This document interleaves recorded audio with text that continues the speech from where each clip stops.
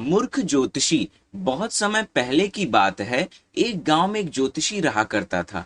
उसका विश्वास था कि वह तारों को देखकर भविष्य पढ़ सकता है। इसलिए वह सारी सारी रात आसमान को ताकता रहता था और गांव वालों के सामने भी वह अपनी इस विद्या के बारे में ढींगे हाँकता रहता था। एक शाम वह गांव की कच्ची सड़क पर पैदल चलता हुआ अपने घर की ओर जा रहा था। उसकी नजरें आसमान पर चमकते तारों पर जमी हुई थी। वह तारों को देखकर आने वाले समय में क्या छिपा है यह पढ़ने की कोशिश कर रहा था। तभी अचानक से उसका पैर कीचड़ से भरे गड्ढे में पड़ा और वह गड्ढे में जाकर गिर गया। गड्ढे में गिरने के बाद वह कीचड़ से लथपथ हो गया और किसी तरह गड्ढे से बाहर निकलने के लिए हाथ पैर मारने लगा, लेकिन एड़ी चोटी का जोर लगाने के बाद भी वह गड्ढे से बाहर नहीं निकल पाया। सारी कोशिश बेकार जाती देख वह सहायता के लिए चिल्लाने लगा। उसके चिल्लाने की आवाज सुन कुछ लोग दौड़े चले आए। उन्होंने उसे गड्ढे में गिरे देखा तो समझ गए कि आदतवश वह आसमान में तारों को देखकर